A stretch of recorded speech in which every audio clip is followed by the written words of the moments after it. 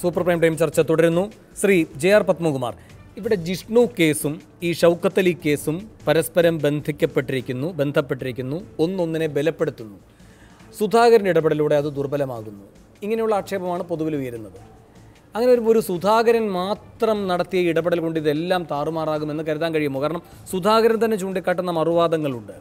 ജിഷ്ണു കേസിനെ ആരാണ് ദുർബലമാക്കിയത്? ഈ സർക്കാർ തന്നെയാണ്. എങ്ങനെ? CBI അന്വേഷണത്തിലേക്ക് ആ കുടുംബത്തിന് പോകേണ്ട സ്ഥിതി ഉണ്ടാക്കുന്നത് ഇവിടുത്തെ പോലീസിനോടുള്ള അവിശ്വാസം കൊണ്ടാണ്. അത് അംഗീകരിക്കുന്നു ഒരു മുഖ്യമന്ത്രി. അതിനെപ്പറ്റി യാതൊരു വിശദീകരണവും നൽകാതെ സ്വന്തം വകുപ്പിൻ്റെ വീഴ്ചയെ തുറന്ന് സമ്മതിക്കുകയും അതേപ്പറ്റി ഒന്നും പറയാതിരിക്കുകയും ചെയ്യുന്നു. അതിനുശേഷം ഈ CBI അന്വേഷണത്തിൻ്റെ നടപടികൾ വൈകിപ്പിക്കുന്നു. ഇത് സുധാകരൻ ചൂണ്ടിക്കാട്ടുന്നതും നമ്മുടെ മുന്നിലുള്ളതുമായ ഒരു യാഥാർത്ഥ്യമാണ്. രണ്ടാമതായി സുധാകരൻ പറഞ്ഞൊരു കാര്യം, ഒരു കരാറുണ്ടാക്കുന്നു മഹിജയുമായി. ഇവിടെ ഇരിക്കുന്ന ഈ KK രമയുണ്ടല്ലോ, സെക്രട്ടേറിയറ്റിന് മുന്നിൽ ഒരു നിരാഹാരം ഇരിക്കുകയുണ്ടായി ഒരു ഘട്ടത്തിൽ. അന്ന് ഉമ്മൻചാണ്ടി സർക്കാർ ഈ പറയുന്ന പോരാട്ട വീര്യത്തെ അംഗീകരിച്ചുകൊണ്ട് അടിയന്തരമായി യോഗം ചേർന്ന് ചില കാര്യങ്ങളൊക്കെ തീരുമാനിക്കുകയുണ്ടായി, ഇവരെ അടക്കം വിശ്വാസത്തിലെടുത്തുകൊണ്ട്. പൂർണ്ണാർത്ഥത്തിൽ അത് എത്തിയിട്ടുണ്ടാകില്ല, പക്ഷേ പരസ്യമായി അങ്ങനെയൊന്നില്ല എന്ന് പിന്നീട് പറഞ്ഞ് പരിഹസിച്ചിട്ടില്ല പൊതുസമൂഹത്തെ, ആ കുടുംബത്തെ. ഇവിടെ അങ്ങനെയല്ല. ഇവിടെ ഇപ്പോൾ അങ്ങനെ ഒരു കരാറ് പോലും ഇല്ല എന്നാണ് പറയുന്നത്. മുഖ്യമന്ത്രിയുടെ ഒരു ഇടപെടൽ മാത്രമായിരുന്നു എന്ന്. അപ്പോൾ ഒരു സ്ഥലത്ത് സുധാകരൻ കൃഷ്ണദാസിന് വേണ്ടി ഒരു ഇടപെടൽ നടത്തുന്നു, മുഖ്യമന്ത്രി മറ്റൊരു ഇടപെടൽ നടത്തുന്നു. ചുരുക്കത്തിൽ നിയമവാഴ്ചയുടെ ഒരു മേഖലയിലേക്കും ഉത്തരവാദപ്പെട്ട ആർക്കും പോകേണ്ടാത്ത തരത്തിൽ ഈ കേസിൽ ഇടപെട്ട് നിവൃത്തി വരുത്താൻ പ്രത്യേക താല്പര്യത്തോടെ ഇവർക്കെല്ലാം കഴിയുന്നു. ഇതെന്ത് വിചിത്രമായ സാഹചര്യമാണ്. ഇവിടെ ഒരു സുധാകരൻ മാത്രമാണോ കുറ്റവാളി? അല്ല, ഇതിൽ ഈ ജിഷ്ണു പ്രണോയിയുടെ കേസ് നമ്മൾ ഒരുപാട് ചർച്ച ചെയ്തതാണ്. അത് തുടക്കം മുതലേ അതിനെ അട്ടിമറിക്കുന്നതിന് വേണ്ടിയുള്ള ബോധപൂർവമായ ശ്രമം നടത്തി. ഇപ്പോൾ നമുക്കറിയാമല്ലോ, ഇനി CBI അന്വേഷണം ഇപ്പോൾ ഇന്നലെ നോട്ടിഫിക്കേഷൻ വന്നു. CBIയിൽ ഇനി എത്ര പ്രഗത്ഭരായ ഉദ്യോഗസ്ഥന്മാർ വന്നാലും ഇതിൻ്റെ പ്രാഥമികമായ തെളിവുകൾ നഷ്ടപ്പെട്ടിരിക്കുക. ഇന്ന് തന്നെ ഒരു CBI കേസ് വെറുതെ വിട്ട്, തിരുവനന്തപുരം കേസ് വെറുതെ വിട്ടിട്ടുണ്ട്. കാരണം തെളിവുകളുടെ അഭാവമാണ്. ഇത് തന്നെയാണ് സംഭവിക്കാൻ പോകുന്നത്. എന്ന് പറഞ്ഞാൽ ഇതിൽ ഏറ്റവും പ്രധാനപ്പെട്ട ഒരു കാര്യം നിങ്ങൾക്കറിയാമല്ലോ, DNA ടെസ്റ്റിനെ സംബന്ധിച്ചിടത്തോളം ഈ പാവപ്പെട്ട മഹിജ എന്ന് പറയുന്ന അമ്മയെ കൊണ്ടുപോയി രക്തം എടുത്തിട്ട് അവിടെ ചെന്നിട്ട് പറയുന്നത് ഇനി മറ്റത് സാമ്പിൾ നോക്കാൻ സാമ്പിളില്ല എങ്കിൽ അങ്ങനെ ഒരു ബോധ്യം ഉണ്ടായിരുന്നെങ്കിൽ എന്താ അമ്മയിൽ നിന്ന് എടുക്കേണ്ട ആവശ്യമുണ്ടോ? ഇതറിയാത്തവരാണോ അന്വേഷണ ഉദ്യോഗസ്ഥന്മാർ അല്ലെങ്കിൽ ഈ ടെസ്റ്റ് ചെയ്യുന്ന ആളുകൾ?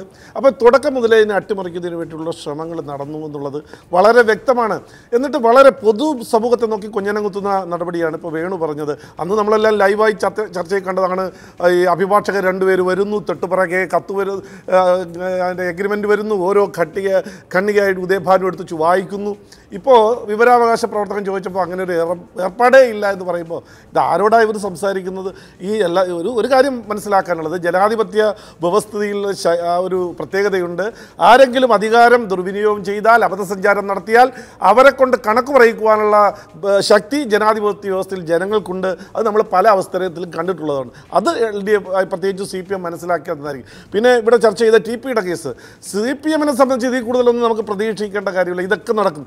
വളരെ ക്രൂരമായി പോയി മനസാക്ഷിയെ ഞെട്ടിപ്പിക്കുന്നത്, ഈ പൊതുസമൂഹത്തെ മനസാക്ഷിയെ തകർക്കുന്ന രീതിയിലുള്ളൊരു ശ്രമമാണ്. ഇപ്പോൾ ശ്രീമതി രമ പറഞ്ഞത് ശരിയാണെങ്കിൽ, ഈ കൊലക്കേസ് പ്രതിയെ ഇങ്ങനെ ഹാരമിട്ട് ഓപ്പൺ കാറിൽ അവിടെയൊക്കെ എഴുന്നള്ളിക്കുന്നത് എന്ത് സന്ദേശമാണ് ഈ സമൂഹത്തിന് കൊടുക്കുന്നത്? അല്ലെങ്കിൽ ഈ MLA, ഇതിന് നേതൃത്വം കൊടുത്ത MLA ഈ സമൂഹത്തോട് കാണിക്കുന്നത് വളരെ ക്രൂരമായി പോയി. ഇത് CPMന്റെ ഭാഗത്തു നിന്നുണ്ടാകും. കാരണം കൊലക്കേസിൽ പ്രതിയായി സാങ്കേതികമായി രക്ഷപ്പെട്ട ആളിനെ പാർട്ടിയുടെ ജില്ലാ സെക്രട്ടറിയാക്കി.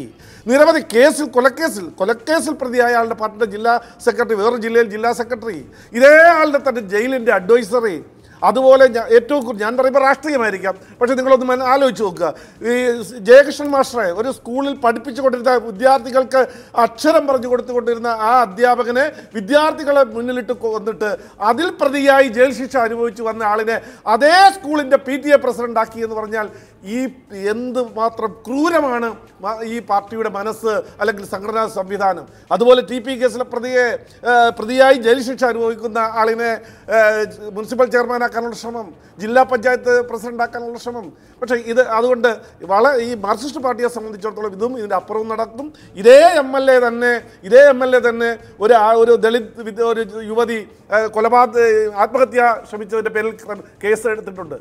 ഇതേ തലശ്ശേരിയിൽ ഒരു ദളിത് യുവതിയെ മാനസികമായി പീഡിപ്പിച്ച് ആത്മഹത്യ ചെയ്യാൻ പ്രേരണാ കുറ്റം ചുമത്തി കേസെടുത്തിട്ടുണ്ട്. കേസ് ഒന്നും തെളിയില്ല, എഴുതി തള്ളുമെന്നുള്ളതിൽ യാതൊരു സംശയവുമില്ല. ഈ രീതിയിലാണ് ഈ മാർക്സിസ്റ്റ് പാർട്ടിയുടെ പോക്ക്. ഇത് എവിടെ കൊണ്ട് അവസാനിക്കും? ഇപ്പോൾ ഈ പ്രതികളെക്കുറിച്ച് നിങ്ങൾ ആലോചിക്കുമ്പോൾ ഒന്ന് മനസ്സിലാക്കാനുള്ളത്, ടി.പി. ചന്ദ്രശേഖരനുമായി യാതൊരു ബന്ധവുമില്ല, ഏതൊരു വ്യക്തിബന്ധ വൈരാഗ്യമില്ല, അതിന് തർക്കമില്ല, മറ്റേതെങ്കിലും ഇല്ല, രാഷ്ട്രീയ വിരോധമില്ല. പക്ഷേ ഇവരെല്ലാം പൾസർ സുനിയുടെ വേറൊരു വിഭാഗമായി മാറി. കാര്യം കൊട്ടേഷൻ ഏറ്റെടുത്ത് ചെയ്യുന്ന ആളുകളെ പാർട്ടി സംവിധാനം ഉപയോഗിച്ച് സംരക്ഷിക്കുക. മാത്രമല്ല, ഈ കല്യാണത്തിൽ ഞാൻ മനസ്സിലാക്കുന്നത്, ഇന്നലെ പാർട്ടി അവിടെ വിതരണം ചെയ്ത ഒരു നോട്ടീസ് അറിയിപ്പിൽ പറഞ്ഞിട്ടുള്ളത് ഷാഫി ജയിലിലാണ്, അതുകൊണ്ട് കൂടുതൽ ആളുകളെയൊന്നും അറിയിക്കാൻ നേരിട്ട് വിളിക്കാൻ സംവിധാനമില്ല. ഇതൊരു അറിയിപ്പായി കണക്കാക്കി എല്ലാ പാർട്ടി സഹാക്കളും സഹകരിക്കണമെന്ന് അറിയിപ്പ് കൊടുത്തു എന്നാണ് അവിടെ നിന്ന് മനസ്സിലാക്കാൻ കഴിഞ്ഞത്. ഇതെന്താണ്? അപ്പോൾ നമുക്കറിയാം ഒരു വിദ്വേഷത്തിൻ്റെ ഭാഷയിൽ സംസാരിക്കുകയും അസഹിഷ്ണുത വച്ചു പുലർത്തുകയും ഉന്മൂലനം രാഷ്ട്രീയ സിദ്ധാന്തമായി എടുക്കുന്ന ഒരു രാഷ്ട്രീയ പാർട്ടിയിൽ നിന്ന് ഇതിൽ കൂടുതൽ ഒരു ജനാധിപത്യവും നമ്മൾ ആഗ്രഹിക്കേണ്ട. ഇതേ നടക്കും.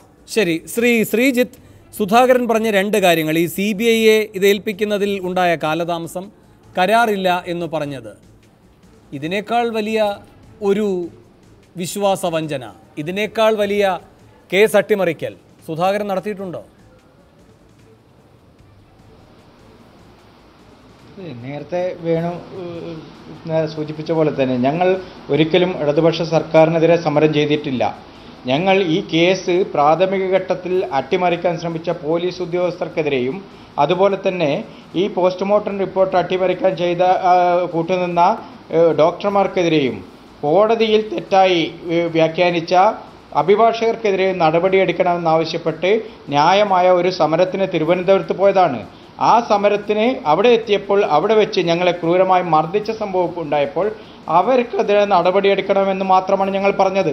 അല്ലാതെ ഇടതുപക്ഷ സർക്കാരിനെതിരെയോ മുഖ്യമന്ത്രിക്കെതിരെയോ ഇന്നും ഞങ്ങൾക്ക് ഒരു അഭിപ്രായ വ്യത്യാസവുമില്ല. പിന്നെ സുധാകരൻ പറയുന്നത് പോലെ CBIക്ക് വിടാനുള്ള ഒരു കാലതാമസവും ഈ സർക്കാരിന്റെ ഭാഗത്തുനിന്നുണ്ടായിട്ടേ ഇല്ല. വിടണമെന്നുള്ള ഒരു നിർദ്ദേശം ഒരു സംശയം, ഞാൻ തിരുവനന്തപുരത്തുള്ള ആളാണ്. നിങ്ങൾ സമരത്തിൽ വന്ന സമയത്ത് ഈ സമരവും അവിടെ ഉണ്ടായപ്പോൾ DGP ഓഫീസിൻ്റെ മുന്നിലുണ്ടായ സമരത്തിൽ ദൂരെ നോക്കി നിന്ന ആളുകളെ പോലും നിങ്ങളുമായി ഗൂഢാലോചന നടത്തിയെന്ന് പറഞ്ഞ് കേസെടുത്തിട്ട് അതിനെ ന്യായീകരിച്ച പാർട്ടിയെക്കുറിച്ച് നിങ്ങൾക്ക് എന്താ അഭിപ്രായം? CPM-ന്റെ കോടിയേരി ബാലകൃഷ്ണന്റെ സമീപനം എന്തായിരുന്നു? പാർട്ടിയല്ല, കേസെടുത്തത് പോലീസാണ്. അവിടെ ഒരു ഗൂഢാലോചനയും നടന്നിട്ടില്ല എന്നും ഷാജഹാനുമായോ തോക്കുസ്വാമിയുമായോ ഞങ്ങൾക്ക് യാതൊരു ബന്ധവുമില്ല എന്ന് ഈ ഒത്തുതീർപ്പിനെത്തിയ ഉദ്യോഗസ്ഥരെയും സർക്കാരിനെയും ഞങ്ങൾ ബോധ്യപ്പെടുത്തിയിട്ടുണ്ട്. ആ കരാറിൽ അത് കൃത്യമായി പറയുന്നുണ്ട്. മറ്റൊരു കാര്യം എന്ന് പറഞ്ഞാൽ CBI അന്വേഷണം എന്നൊരു ആവശ്യം ഈ കേസിലെ സ്പെഷ്യൽ പ്രോസിക്യൂട്ടർ ശ്രീ ഉദയഭാനുവാണ് പറഞ്ഞത്. കേരളത്തിലെ പോലീസ് സംവിധാനം ആകെ മോശമായതുകൊണ്ട് CBI അന്വേഷണം ആവശ്യപ്പെട്ടതല്ല. ചില പോലീസുകാർ, കൃഷ്ണദാസിൽ നിന്ന് അച്ചാരം വാങ്ങുന്ന ചില പോലീസുകാർ, തൃശ്ശൂരിലെ ചില പോലീസുകാർ, ഈ ബിജു കെ സ്റ്റീഫൻ ഉൾപ്പെടെയുള്ള ചില പോലീസുകാർ ഈ കേസ് അട്ടിമറിച്ചത് കൊണ്ട്, ഈ FIR ദുർബലമായതുകൊണ്ട്, ഈ ആദ്യഘട്ടത്തിലുള്ള തെളിവ് നശിപ്പിക്കപ്പെട്ടതുകൊണ്ട് ഇനി മറ്റൊരു ഏജൻസി അന്വേഷിക്കേണ്ടതുണ്ട്. അത് ഇവിടുത്തെ ഒരു കേന്ദ്ര ഏജൻസിയായ CBI അന്വേഷിക്കണമെന്നൊരു അഭിപ്രായം പൊതുവെ ഉയർന്നതിൻ്റെ അടിസ്ഥാനത്തിലാണ് ഞങ്ങൾ ഈ കേസ് CBIക്ക് വിടണമെന്ന് നിർദ്ദേശം വെച്ചത്. ആ നിർദ്ദേശം ആദ്യം നിലവിലുള്ള DGP സെൻകുമാറിനെയാണ് അറിയിച്ചത്. അദ്ദേഹവും ഈ ആത്മഹത്യക്കുറിപ്പ് വ്യാജമാണ്, ഒരു പോലീസ് ഉദ്യോഗസ്ഥനാണ് ഈ ആത്മഹത്യക്കുറിപ്പ് വ്യാജമായി തയ്യാറാക്കിയത് എന്ന കാര്യം മുഖ്യമന്ത്രിയെ ധരിപ്പിക്കുകയും ഇത് CBIക്ക് വിടേണ്ടതാണ് എന്ന കാര്യം മുഖ്യമന്ത്രി അറിയിക്കുകയും ചെയ്ത ഉടനെ തന്നെ അടുത്ത ദിവസം തന്നെ ജിഷ്ണുവിൻ്റെ അച്ഛൻ കോഴിക്കോട് വെച്ച് മുഖ്യമന്ത്രി കണ്ടു. പിണറായി വിജയൻ അദ്ദേഹത്തോട് പറഞ്ഞത്, ഈ സെൻകുമാർ പറഞ്ഞ ഘട്ടത്തിൽ തന്നെ ഞങ്ങൾ ഈ കേസ് CBIക്ക് വിടാൻ ഒരുക്കമാണ് എന്ന് ഞങ്ങളുടെ കുടുംബത്തിന് ഉറപ്പ് തരികയും തൊട്ടടുത്ത ദിവസം തന്നെ മുഖ്യമന്ത്രി CBIക്ക് വിട്ടുകൊണ്ടുള്ള ഉത്തരവിൽ ഒപ്പുവെക്കുകയും ചെയ്തിട്ടുണ്ട്. ഇന്നലെ 2 ആഴ്ചക്കകമാണ് തൃശ്ശൂർ ജില്ലയിൽ തന്നെ സംഭവിച്ചിട്ടുള്ള ശ്രീ കലാഭവൻ മണിയുടെ മരണത്തിൽ 6 മാസമാണ് ഈ നടപടി CBIക്കുള്ള ഉത്തരവ് പുറത്തു വരാനെടുത്തത്. ഇത് 6 ആഴ്ച പോലും എടുക്കാതെ തന്നെ ഈ ഉത്തരവ് ഞങ്ങളെ കയ്യിൽ കിട്ടിയിട്ടുണ്ട്. ഇനി പത്മകുമാർ ഉൾപ്പെടെയുള്ള കേന്ദ്രം ഭരിക്കുന്ന രാഷ്ട്രീയ പാർട്ടിയുടെ നേതാക്കന്മാർ ഉൾപ്പെടെ CBI ഈ കാര്യങ്ങൾ ബോധ്യപ്പെടുത്തിക്കൊണ്ട് എത്രയും വേഗം CBI കേസ് ഏറ്റെടുക്കാൻ ആവശ്യമായ ഇടപെടൽ മാധ്യമങ്ങളും കേരള സമൂഹവും ഒക്കെ ഏറ്റെടുത്തുകൊണ്ട് ജിഷ്ണുവിൻ്റെ കൊലയാളികളെ നിയമത്തിന് മുന്നിൽ കൊണ്ടുവന്നാൽ അത് നമ്മുടെ കേരള സമൂഹത്തിന്, ഞങ്ങളുടെ കുഞ്ഞിനെപ്പോലെ ഒരു കുഞ്ഞും കേരളത്തിൽ ഉണ്ടാകാതിരിക്കാൻ വേണ്ടിയാണ് ഞങ്ങൾ ഈ ഇടപെടലൊക്കെ നടത്തുന്നത്. അതിനെല്ലാവരുടെയും പിന്തുണ, എല്ലാ രാഷ്ട്രീയ പാർട്ടികളുടെയും പിന്തുണ ഉണ്ടാവണമെന്നാണ് ഞങ്ങൾക്ക് അഭ്യർത്ഥിക്കാനുള്ളത്. ശരി, ഒരു ഇടവേളയിലേക്ക് കൂടി പോയതിനു ശേഷം തിരികെ എത്തും.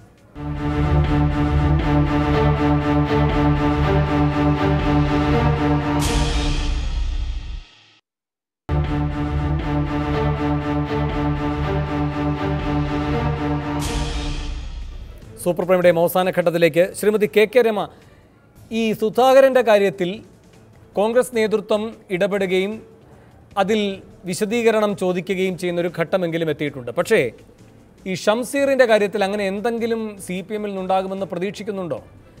ഒരാഗ്രഹ പ്രകടനമായിട്ടല്ല, അല്ലാതെ വളരെ വസ്തുനിഷ്ഠമായി കണ്ടാൽ CPM-ൽ നിന്ന് അങ്ങനെ എന്തെങ്കിലും ഒന്ന് ഉണ്ടാകുമെന്ന് കരുതാൻ കഴിയും. അപ്പോൾ ജനാധിപത്യ വിരുദ്ധതയുടെ ഒരു അളവുകോൽ എടുക്കുമ്പോൾ അതിൽ ആരെയും കടത്തിവെട്ടുന്ന തരത്തിൽ തന്നെയാണ് CPM എന്നാണോ ഇത് കൂടി തെളിയിക്കുന്നത്?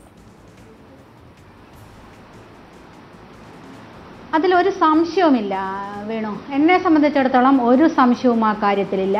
ഒരു വിശദീകരണം തേടുക ഉണ്ട് എന്ന് മാത്രമല്ല, ഇതിനെ ഒന്നുകൂടി ന്യായീകരിക്കുന്ന രൂപത്തിൽ നാളെ CPM-ൻ്റെ നേതാക്കന്മാർ രംഗത്ത് വരുന്ന കാഴ്ച നമുക്ക് കാണാൻ വേണ്ടി കഴിയും. ഷംസീർ എന്തിനാ പോയത് എന്നുള്ളതിനെ സംബന്ധിച്ചുള്ള പുതിയ ന്യായീകരണങ്ങൾ ഈ കേരളത്തിലെ ജനങ്ങളെ പല വിധത്തിൽ പറഞ്ഞ് തെറ്റിദ്ധരിപ്പിച്ച് അവരെ ബോധ്യപ്പെടുത്തുന്ന ഒരു പ്രവണത വരും. ഷംസീറിൻ്റെ ബന്ധം ഇന്നലത്തെ ഈ സംഭവം മാത്രമല്ല, ഞങ്ങൾ ഇതിനു മുന്നേ നേരത്തെ ഷംസീർ ഈ ക്രിമിനലുകളുമായിട്ടുള്ള ബന്ധത്തെ സംബന്ധിച്ച് സൂചിപ്പിച്ചിട്ടുണ്ട്. ഈ ഷംസീർ കീർമാണി മനോജിനെ ഫോൺ വിളിച്ചതിനുമായി ബന്ധപ്പെട്ട കാര്യങ്ങൾ, വിശദാംശങ്ങൾ ഞങ്ങൾ വെളിപ്പെടുത്തിയിട്ടുണ്ട്. അതുമായി ബന്ധപ്പെട്ട് ഞങ്ങളൊരു പത്രസമ്മേളനം കഴിഞ്ഞ ലോക്സഭാ തെരഞ്ഞെടുപ്പ് വേളയിൽ പത്രസമ്മേളനം വിളിച്ചിരുന്നു കോഴിക്കോട്. അതിൽ വെച്ചിട്ട് ഞങ്ങൾ വിശദമായിട്ട് ആ കാര്യങ്ങൾ പുറത്തുവിട്ടു. അന്ന് ഷംസീർ എനിക്കും വേണുവിനുമെതിരെ മാനനഷ്ട കേസ് ഫയൽ ചെയ്തു. പക്ഷേ അങ്ങനെ മാനനഷ്ട കേസ് അത് ആ ഇലക്ഷൻ സമയമായതുകൊണ്ട് ജനങ്ങളിൽ നിന്ന് തടിയൂരാൻ വേണ്ടിയിട്ടാണ് മാനനഷ്ട കേസ് ഫയൽ ചെയ്തത്. അങ്ങനെ സത്യാവസ്ഥ അല്ലെങ്കിൽ ആ കേസുമായി പിന്തുടർന്ന് പോവേണ്ടിയിരുന്നു ഷംസീർ. എന്താ ചെയ്തത്? കേസിന്റെ ഒരു വിചാരണ വേളയിലും ഷംസീർ ഹാജരായില്ല. തെളിവ് മുഴുവൻ ഷംസീറിനെതിരാണ് എന്ന് മനസ്സിലാക്കിയപ്പോൾ വിചാരണ വേളയിൽ ഹാജരായില്ല. അനന്തമായിട്ട് ആ കേസ് നീട്ടിക്കൊണ്ടുപോയി കഴിഞ്ഞ ദിവസം ആ കേസ് തള്ളി. തെളിവുകൾ മുഴുവൻ ഷംസീറിനെതിരാണ് എന്നറിയാം. കേസ് കൊണ്ടുവരാനുള്ള ധൈര്യം ഷംസീറിന് ഉണ്ടായില്ല. മാനനഷ്ട കേസ് എന്തുകൊണ്ട്? ഈ ക്രിമിനലുകളുമായിട്ട് വളരെ കൃത്യമായിട്ട് ഇവർക്ക് ബന്ധമുള്ളത് കൊണ്ട്. ഇവരെ കഴിഞ്ഞ ദിവസങ്ങളിൽ കൊടിസുനിയുടെ ഒരു വിവാഹം പറഞ്ഞു. കഴിഞ്ഞ ദിവസം വിഷുവിന്റെ സമയത്ത് പോലീസ് പ്രൊട്ടക്ഷനോടുകൂടി അമ്മയ്ക്ക് സുഖമില്ല എന്ന് പറഞ്ഞ് കൊടിസുനിക്ക് പരോൾ അനുവദിച്ചുകൊണ്ട് പൊട്ടാസ് പൊട്ടിച്ചുകൊണ്ട് ആഘോഷിച്ചത് നമ്മൾ സോഷ്യൽ മീഡിയയിൽ കൂടെ കണ്ടു. തൊട്ടടുത്ത ദിവസം ഈ 2 ആഴ്ച മുന്നേ കേസിലെ TP കേസിലെ 11ാം പ്രതി ട്രൗസർ മനോജിനെ ഒരു ശസ്ത്രക്രിയ തിരുവനന്തപുരത്ത് ശ്രീചിത്ര ഹോസ്പിറ്റലിൽ വഴിവിട്ട ചട്ടങ്ങൾ ലംഘിച്ചുകൊണ്ടുള്ള ഒരു ശസ്ത്രക്രിയ നടന്നതിന് വിവരം പുറത്തു വന്നിട്ടുണ്ട്. അതിന്റെ കൃത്യമായ വിവരങ്ങൾ മീഡിയാസിന് കിട്ടിയോ എന്ന് എനിക്കറിയില്ല. ഒരുപക്ഷെ ഞങ്ങൾ വിവരാവകാശം മുഴുവനെ അതിന്റെ വിവരങ്ങൾ എടുക്കാൻ വേണ്ടിയിട്ട് കൊടുത്തിട്ടുണ്ട്. അതിന് ഈ ട്രൗസർ മനോജിന്റെ കൂടെ അവരെ പരിചരണത്തിന് പോയത് മറ്റ് 2 കേസിലെ പ്രതികളാണ് പോയത് എന്നുള്ള വിവരം കൂടി, ഞെട്ടിപ്പിക്കുന്ന വിവരം കൂടി പുറത്തു വരുന്നത്. ഇത്തരത്തിൽ ഈ കേസിലെ പ്രതികളെ മാത്രം പ്രത്യേകിച്ച് എല്ലാവിധ സംരക്ഷണങ്ങളും നൽകാൻ ഈ സർക്കാർ അധികാരത്തിൽ വന്നതിന് ശേഷം നടത്തിക്കൊണ്ടിരിക്കുന്ന കാഴ്ച കാണുകയാണ്. എന്ന് പറഞ്ഞാൽ ഈ പ്രതികളെ സംരക്ഷിക്കേണ്ട ബാധ്യത ഇവിടുത്തെ ഗവൺമെന്റിനുണ്ട്, ഇവിടുത്തെ CPM നേതൃത്വത്തിനുണ്ട്. അതുകൊണ്ട് തന്നെ ഇവർ എന്ത് ചെയ്താലും ഒരു നടപടിയും ഒരു ചോദ്യം ചെയ്യലും ഉണ്ടാവില്ല. അത് പുതിയ ന്യായീകരണങ്ങളായിട്ട് ഈ കേരളത്തിലെ പൊതുസമൂഹത്തിന് മുന്നിൽ അവതരിപ്പിക്കാൻ വേണ്ടിയിട്ടാണ് CPM നേതൃത്വം തയ്യാറാവുക. നേരത്തെ ഇവിടെ ജിഷ്ണു പ്രണോയിയുടെ കേസിനെ സംബന്ധിച്ച് പറഞ്ഞു. ജിഷ്ണു പ്രണോയിയുടെ കേസ് ഈ രൂപത്തിൽ എത്തിച്ചത് ആരാണ്? എന്തുകൊണ്ട് ഈ തെളിവുകളൊക്കെ ഈ രൂപത്തിൽ തേച്ചു മായ്ച്ചു കളയുന്ന രൂപത്തിലേക്ക് തുടക്കത്തിൽ ഘട്ടത്തിൽ തന്നെ ഈ പോലീസുകാർക്ക് എല്ലാവിധ സൗകര്യങ്ങളും ചെയ്തു കൊടുത്തതിന്റെ ഉത്തരവാദിത്തം എവിടെ ആർക്കാണ്? ഞാൻ മനസ്സിലാക്കിയെടുത്തോളാം, ഞാൻ വിചാരിക്കുന്നത് മഹിജ, വിഷ്ണുവിന്റെ അമ്മ മഹിജ മുഖ്യമന്ത്രിക്ക് ഒരു തുറന്ന കത്തെഴുതിയിരുന്നു. ആ കത്തെഴുതിയതിനു ശേഷമാണ് കൂടുതലായിട്ട് ഒരുപക്ഷെ കേരളത്തിലെ മുഖ്യമന്ത്രിയുടെ ഭാഗത്തുനിന്ന് ഇവർക്കെതിരായിട്ടുള്ളത് വന്നത് എന്ന് ഒരുപക്ഷെ ശ്രീജിത്ത് തുറന്ന് സമ്മതിക്കാൻ തയ്യാറാവുമെന്ന് ഞാൻ വിചാരിക്കുന്നില്ല. കാരണം ശ്രീജിത്ത് ഇപ്പോഴും ഇതൊക്കെ ശരിയാവും, പാർട്ടി ഇതൊക്കെ ഇതാവും എന്ന് വിചാരിച്ചു നിൽക്കുന്ന ആളാണ് ശ്രീജിത്തും മഹിജയുടെ. തീർച്ചയായിട്ടും അത് അങ്ങനെ തന്നെ നിലനിൽക്കട്ടെ എന്ന് ഞാൻ വിചാരിക്കുകയാണ്. പക്ഷേ നമ്മൾ സത്യം മനസ്സിലാക്കുക, എന്തുകൊണ്ട് അത്തരത്തിൽ മുഖ്യമന്ത്രി ബാഹ്യ ഇടപെടൽ ആണ് എന്ന് പറഞ്ഞുകൊണ്ട് ഈ കേസിനെ അവർ നടത്തിയ ഒരു സമരത്തെ പോലും ഏറ്റവും മോശമായ രൂപത്തിലേക്ക് നടത്താൻ വേണ്ടിയിട്ട് എന്തിനാ ഈ സർക്കാർ തയ്യാറായത്? ജിഷ്ണുവിന് വേണ്ടി ഏത് നിമിഷവും പാർട്ടിക്ക് വേണ്ടി നിലകൊണ്ട ഒരു കുടുംബം, പാർട്ടിക്ക് വേണ്ടി പിണറായി വിജയൻ അധികാരത്തിൽ എത്താൻ വേണ്ടിയിട്ട് ഏറ്റവും കൂടുതൽ പറഞ്ഞ വിഷ്ണു പ്രണോയെ നമ്മൾ കാണുകയാണ് ഇപ്പോഴും. ആ കേസ് ഈ രൂപത്തിലേക്ക് അട്ടിമറിക്കുന്ന ഒരു അവസ്ഥയിലേക്ക് ഉണ്ടായത് എങ്ങനെയാണ് എന്ന് പറഞ്ഞാൽ ഈ നെഹ്റു ഗ്രൂപ്പിലെ ആളുകളുടെ സൗജന്യം പറ്റാത്ത എത്ര രാഷ്ട്രീയ നേതാക്കന്മാരുണ്ട് നമ്മുടെ നാട്ടിൽ. എനിക്ക് സമയം പൂർണ്ണമായും കഴിഞ്ഞുകൊണ്ട് ഞാൻ പേഴ്സണിലേക്ക് വരുന്നില്ല, എന്നോട് ക്ഷമിക്കണം. ഈ ചർച്ചയിൽ പങ്കെടുത്ത എല്ലാവർക്കും നന്ദി. സൂപ്പർ പ്രൈം ടൈം അവസാനിക്കുന്നു.